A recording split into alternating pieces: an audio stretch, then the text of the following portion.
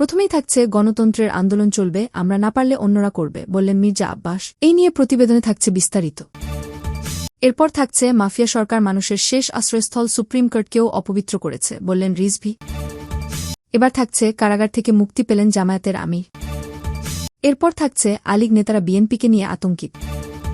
সর্বশেষ থাকছে রমজানে কর্মসূচি পালন করলে জনবিচ্ছিন্ন হবে বিএনপি, ওবায়দুল কাদের। শুনলেন শিরোনাম, এবার বিস্তারিত। পুরো খবরটি দেখতে সাথেই থাকুন।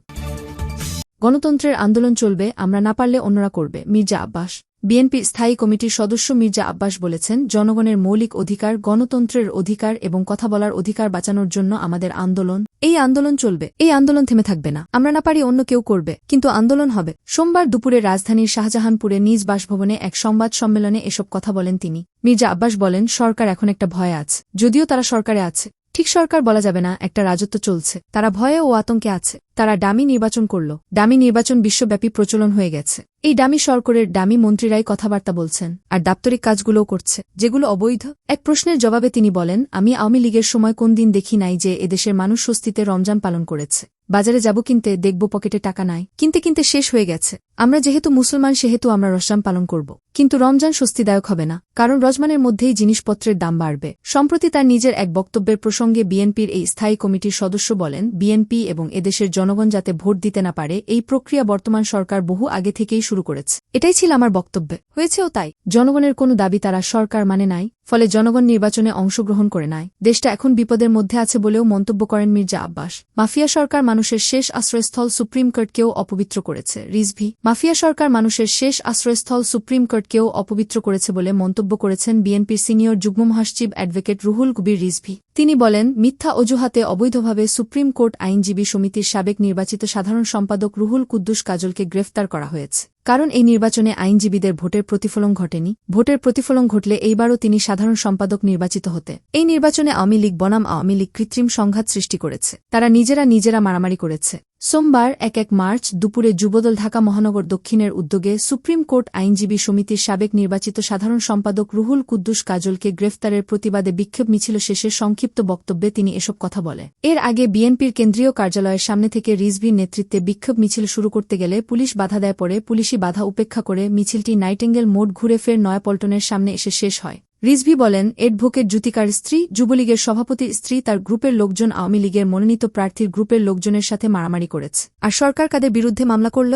যারা এই সংঘাতের সাথে জড়িত তাদের বিরুদ্ধে মামলা নাই, কাউকে গ্রেফতার করা হচ্ছে না। মামলা দেয়া হল বিএনপি সমর্থিত সুপ্রিম কোর্টের জনপ্রিয় আইনজীবী, মেধাবী আইনজীবী ব্যারিস্টার রুহুল কুদ্দুস কাজলের নামে। তাকে আবার গ্রেফতার করে 4 দিনের রিমান্ডে নেওয়া হয়েছে।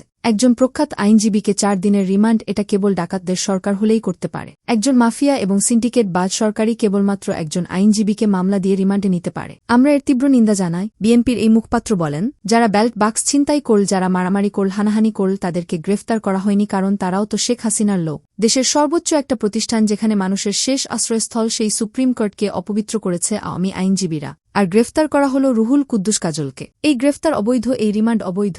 এই মুহূর্তে তার রিমান্ড বাতিল করে অবিলম্বে তার নিঃশর্ত মুক্তির জোর দাবি জানাচ্ছি। কারাগার থেকে মুক্তি পেলেন জামায়াতের আমির। দীর্ঘ 1 বছর 2 মাস কারাভোগের পর মুক্তি পেয়েছেন বাংলাদেশ জামায়াতে ইসলামীর কেন্দ্রীয় আমির ডা শফিকুর রহমান। সোমবার বিকাল 3:15টায় গাজীপুরের কাশিমপুর কারাগার থেকে মুক্তি পান তিনি। বিষয়টি নিশ্চিত করেছেন কেন্দ্রীয় সহকারী secretary general advocate Moazzem Hossain Helal. তিনি জানান, 2022 সালের 12 ডিসেম্বর যাত্রাবাড়ী থানার একটি মামলায় তাকে গ্রেফতার করেছিল আইনশৃঙ্খলা বাহিনীর সদস্যরা। গ্রেফতারের সময় সকল মামলায় জামিনে ছিলেন জামায়াতের আমির। বর্তমানে হাইকোর্টের আদেশে তিনি মুক্তি পেয়েছেন। গাজীপুরের কাশিমপুর কারাগার থেকে মুক্তি পাওয়ার পর ডা শফিকুর রহমানকে ফুল দিয়ে শুভেচ্ছা জানান কেন্দ্রীয় সেক্রেটারি জেনারেল মিয়া গোলাম পরোয়ার ও কেন্দ্রীয় সহকারী সেক্রেটারি জেনারেল অ্যাডভোকেট এহসানুল মাহবুব জুবায়ের সহ গাজীপুর জেলা মহানগর জামায়াতের নেতৃবৃন্দ। আলীগ নেতারা বিএনপিকে নিয়ে আতঙ্কিত, সেলিমা রহমান। আওয়ামী লীগের নেতারা সারাক্ষণ বিএনপিকে নিয়ে আতঙ্কিত বলে মন্তব্য করেছেন বিএনপির স্থায়ী কমিটির সদস্য বেগম সেলিমা রহমান। আজ সোমবার নয়াপল্টনে জাতীয়তাবাদী মহিলা দল ঢাকা মহানগর দক্ষিণের সম্মেলন উদ্বোধন অনুষ্ঠানে তিনি এই মন্তব্য করেন।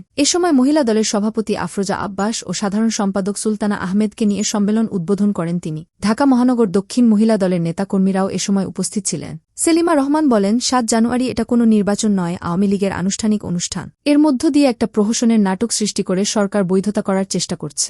সেই জন্য তারা সরকার গঠন করেছে। এটা কোনো ভোট হয়নি জানিয়ে তিনি বলেন, এটা একটা সিলেকশন ভোট হয়েছে। আওয়ামী লীগের নেতারা সারাক্ষণ বিএনপিকে নিয়ে আতঙ্কিত। বাংলাদেশের যেকোনো আন্দোলনে নারী অগ্রণী ভূমিকা পালন করে থাকে জানিয়ে তিনি বলেন, মুক্তিযুদ্ধে নারীরা অংশগ্রহণ করেছে, অনেক নারী তার স্বামী সন্তানকে এগিয়ে দিয়েছে, অনেক নারী লাঞ্ছিত হয়েছে। ৬৯-এর গণভ্যুত্থান বলেন আর ৯০-এর স্বৈরাচার বিরোধী আন্দোলন সবখানে নারী বিশেষ ভূমিকা পালন করেছে। আন্দোলনে আমাদের নারী নেত্রীদের গ্রেফতার করে নির্যাতন করেছে সরকার, এমন অভিযোগ করে সেলিমা রহমান জানান, চলমান আন্দোলন বেগবান করতে ভূমিকা রাখবে তাদের নারী নেতৃত্ব।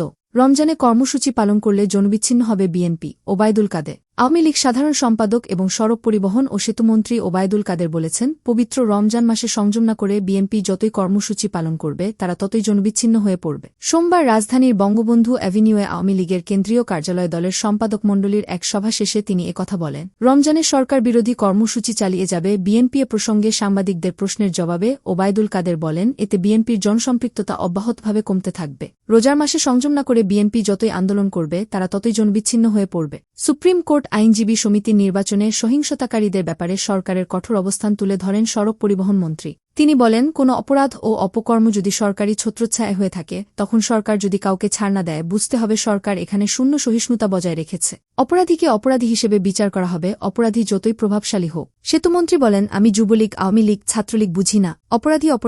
অপরাধী যেই হোক ছাড় দেওয়া হবে না। প্রধানমন্ত্রী এ ব্যাপারে অত্যন্ত কঠোর। রমজান মাসে দ্রব্যমূল্য নিয়ন্ত্রণ নিয়ে কথা বলেন ওবায়দুল কাদের। তিনি বলেন, রমজানে দ্রব্যমূল্য নিয়ন্ত্রণের একটা বিষয় আছে।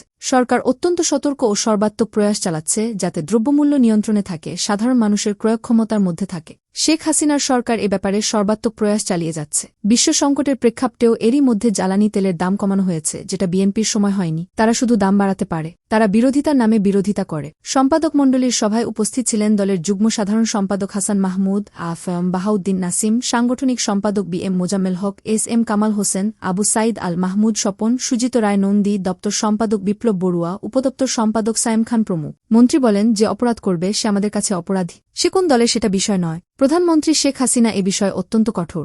তিনি আরও বলেন, সরকার কোনো অপরাধীকে ছাড় দেয় না, যে যদি সরকারের দলেরও হয়ে থাকে তারপরও তাকে ছাড় দেয় না। সুপ্রিম কোর্টে নির্বাচনের কথা উল্লেখ করে ওবায়দুল কাদের বলেন, সুপ্রিম কোর্টে নির্বাচন যথাযথভাবে হয়েছে। বিএনপি সভাপতি পদে জয়লাভ করে প্রমাণ করল নির্বাচন সুষ্ঠু হয়েছে। বিচ্ছিন্ন দু একটি ঘটনা ঘটতেই পারে, তবে সরকার অপরাধের ব্যাপারে যখন কাউকে ছাড় দেয় না, তখন বোঝা যায় সরকার অপরাধীকে অপরাধী হিসেবেই দেখে, সে যতই প্রভাবশালী হোক। আওয়ামী লীগ সাধারণ সম্পাদক বলেন, যারা বলে দেশের মানুষের ভোটের প্রতি কোনো আগ্রহ নেই, সেটা মিথ্যা। স্থানীয় সরকারের নির্বাচনেও ভোটার উপস্থিত বাড়ছে। সর্বশেষ স্থানীয় সরকার নির্বাচনে ৬০% ভোট পড়েছে। রাজনীতির প্রতি জনগণের আগ্রহ ক্রমেই বৃদ্ধি পাচ্ছে। স্থানীয় নির্বাচনে জনগণের অংশগ্রহণ তা প্রমাণ করে। রমজানে দলের নেতাকর্মীদের ইফতার পার্টি না করার আহ্বান জানিয়েছেন সেতুমন্ত্রী। বলেন, এ রমজানে দল ও সরকার থেকে আমরা কোনো ইফতার পার্টি করব না। মানুষের মাঝে আমরা ইফতার ও ত্রাণ সামগ্রী বিতরণ করব। আওয়ামী লীগের সাধারণ সম্পাদক ও সেতুমন্ত্রী ওবায়দুল কাদের সিঙ্গাপুরে স্বাস্থ্য পরীক্ষা শেষে আগামীকাল শনিবার ঢাকায় ফিরবেন। আজ শুক্রবার ৮ মার্চ সড়ক পরিবহন ও সেতু মন্ত্রণালয়ের তথ্য ও জনসংযোগ কর্মকর্তা শেখ ওয়ালিদ ফয়েজ এ তথ্য জানা।